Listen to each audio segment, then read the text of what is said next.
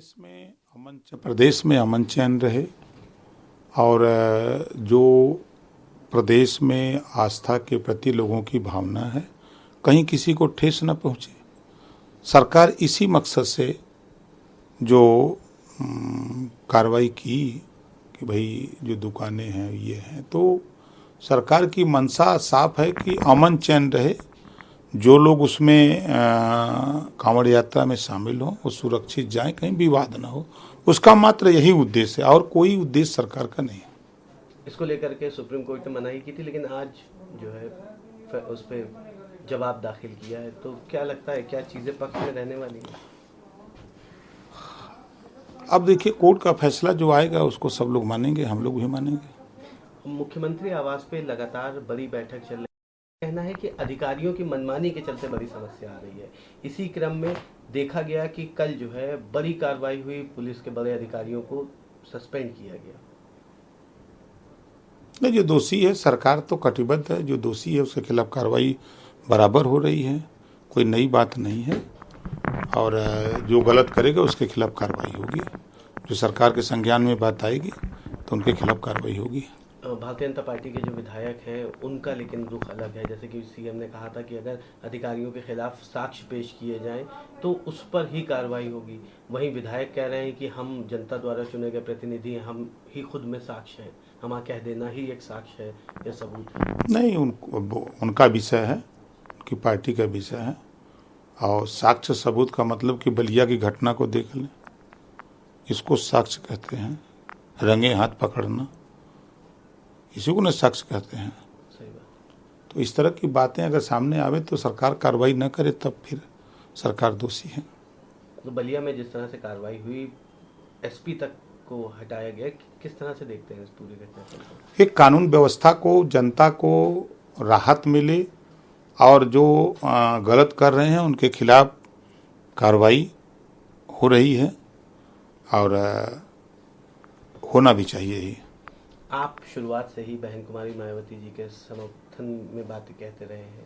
पहले भी आपने इंडिया अलायंस के समय पे भी कहा था कि अगर वो इंडिया अलायंस में शामिल होते हैं तो मैं भी होऊंगा।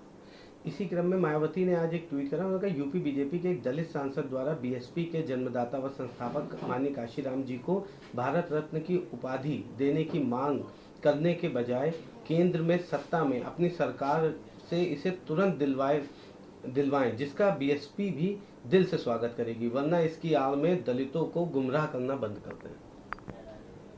कि अगर उन्होंने डिमांड किया है तो उस पर विचार होगा।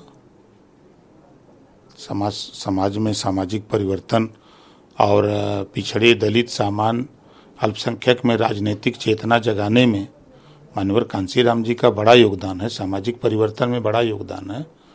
जो काम महात्मा ज्योतिबा फूले ने किया, जो काम गौतम बुद्ध जी ने किया, जो बात छत्रपति साहू जी महाराज ने किया, जो बात पंडित दीनदयाल उपाध्याय ने किया, जो बात बाबा साहब डॉक्टर अम्बेडकर ने किया, उन्हीं लोगों के पद चिन्हों पर चल करके माननीय कांशीराम जी ने एक समाज को नई दिशा दिया।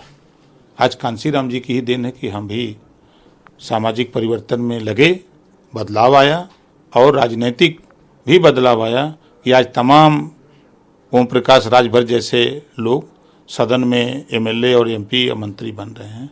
ये माननीय कांशीराम जी की देन है। एक अहम सवाल है, जेल में बंद सीएम प्रदर्शन करेगा? ये तो राजनीतिक मामला है। अगर वो बीमार हैं तो वहाँ डॉक्टर हैं, जेल में डॉक्टर हैं।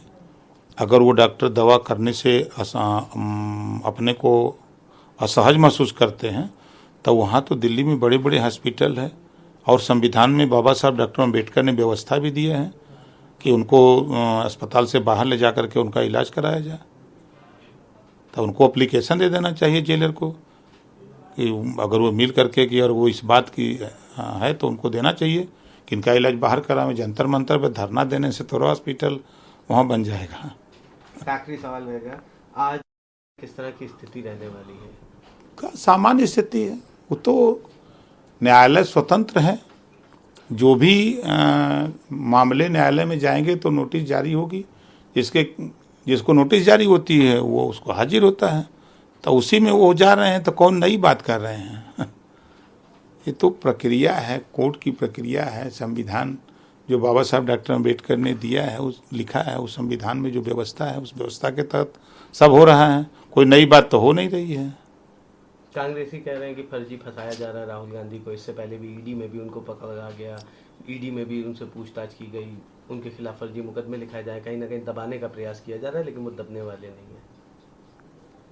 वो कांग्रेस वाले कह रहे हैं वो सुपवा तो सुपवा चलनिया जे करे 72 छेद, वो भूल गए 25 जून 1977 की घटना, इमरजेंसी, संविधान को भी ताक पे रख दिया। उसी कांग्रेस की बात हो रही है। उसी कांग्रेस की सरकार में सुप्रीम कोर्ट ने कांग्रेस की सरकार में कहा कि सीबीआई तोता है, वो भूल गए। तो ये जो कह रहे हैं वो किए हैं, वो अपने भूल गए हैं। अब ये जो है याद आ रहा है। तो आपने क्या किया? लाखों लोगों को जेल में ठूस दिया, इमरजेंसी लगा करके संविधान को नहीं माना, संविधान की धज्जी उड़ा दिया, पत्रकारों को जेल में डाल दिया, जो भी बोलता था सबको जेल में।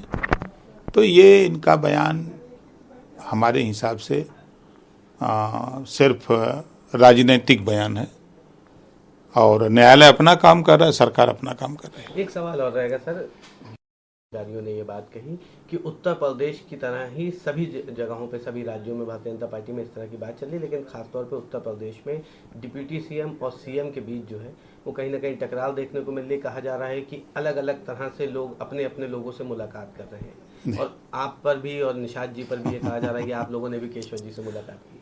हम तो बराबर मिलते हैं, कोई नई मुलाकात थोड़े हैं। देखिए, माननीय मुख्यमंत्री योगी आदित्यनाथ जी को कुर्सी से उतारने के लिए पिछली सरकार में भी रोज हर हफ्ते एक शगुफा छूटता था, लेकिन 5 साल वो रहे, सारे शगुफे सबके फेल। फिर वही शगुफा चालू है, कल हट जाएंगे, 2 गुट हो गया, दिल्ली वाले हटा रहे हैं, लखनऊ वाले वो कर रहे हैं, वो कर रहे हैं, कहीं कुछ नहीं है। एक दूसरे से सब लोग। आप बताइए कि अगर सीडीओ बीडीओ को कहीं चार्ज में अपने इलाके में ले जाना है तो किससे मिलेंगे? कांग्रेस से कि सपा वालों से मिला जाएगा? जो विभाग के मिनिस्टर हैं उन्हीं से ना मिला जाएगा। अगर स्वास्थ्य संबंधी कोई मामला है, कोई मरीज सीरियस है, नहीं भर्ती हो पा रहा है, तो स्वास्थ्य मंत्री से ही ना मिला जाएगा। तो ये सब अटकलें जो लगाई जा रही हैं निराधार है, ऐसा कोई बात नहीं है। आपको कहीं से भी नहीं लगता? कहीं कुछ नहीं है, ऑल इज वेल।